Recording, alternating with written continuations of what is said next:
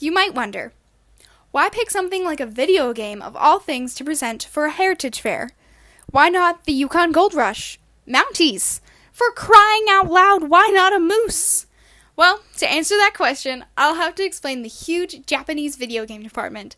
Nintendo, Sega, Konami, these are all huge developers who create thousands of bestsellers.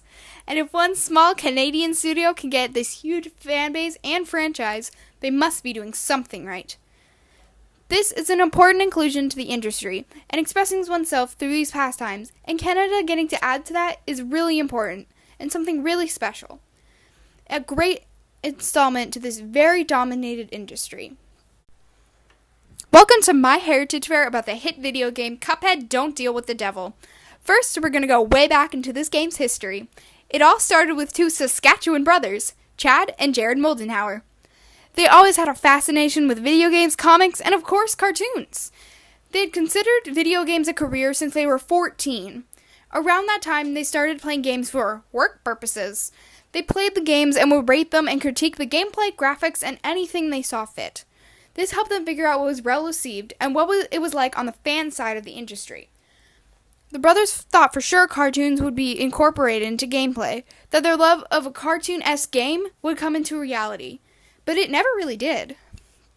The brothers soon learned about a small company's success with a game called Super Meat Boy. They were inspired more than ever to go after their idea, and Cuphead development officially started in 2012. The brothers were of course passionate about their idea, but never truly got into their game full on until they had some basic levels laid out. They had used a 1930s cartoon style and a run-and-gun format. The amazing reaction they gained from their friends and family was astronomical. I love the art style. So fun. I love it. The brothers went into full gear. They wanted this to be a full-blown game. They thought they had lots of talent and lots of potential. They thought they could get through this huge industry. They had most of their production out of their own homes. Studio MDHR, or short for Moldenhauer, was set on making a 2D animated game.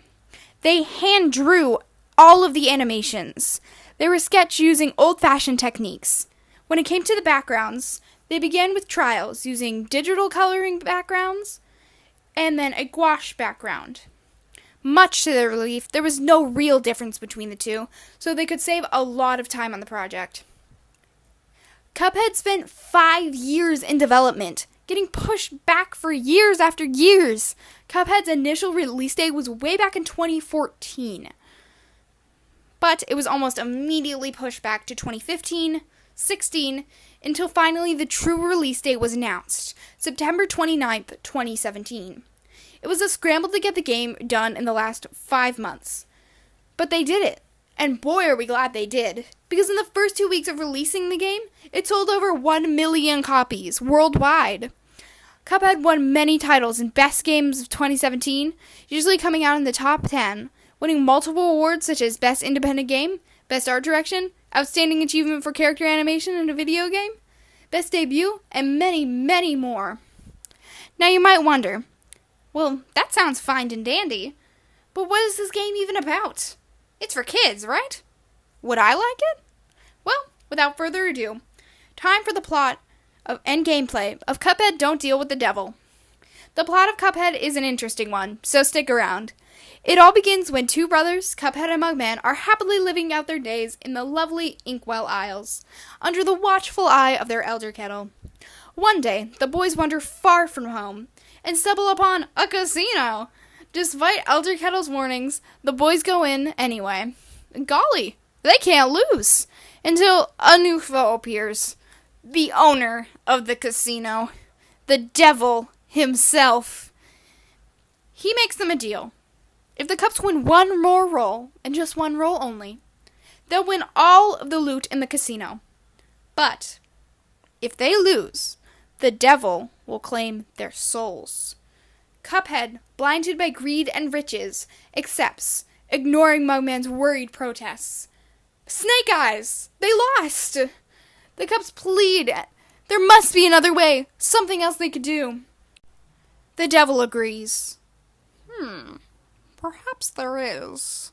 I have a list here of my runaway debtors. Collect their souls for me, and I might just pardon you two mugs. This is the opening to the game, and sets the mood for the journey you're about to embark on. Collecting debtors' soul contracts to break your own. Beware this 1930s innocent art style can prepare you for how ridiculously hard this game is. Even though this is a 1930s-based game, the brothers wanted to capture the feeling of success after beating a level back in the 90s.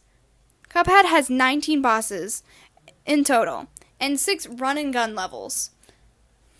Each boss has 3 stages to muster through, and 2 difficulty modes. Note that each boss must be defeated on regular mode to complete this game. Single levels can take over an hour to beat.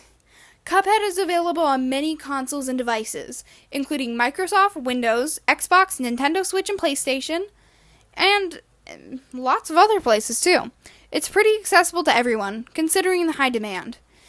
You can buy Cuphead any day because of its exclusive online release. Funko, the same company that of course makes Funko Pops, handles the merchandise for Cuphead, including action figures and plushes. Cuphead received its own Funko Pops, but Funko produced many other items for the franchise. Cuphead is still alive and around today. The recently announced DLC for the game will release this summer. Cuphead, The Delicious Last Course, features one last isle with more bosses and a new plot. In addition, in 2019, Netflix announced Cuphead would get its very own show, The Cuphead Show. This has captured lots of interest for an otherwise dead franchise, and I think Cuphead has a bright future ahead of it, and I don't think we've seen the last of it.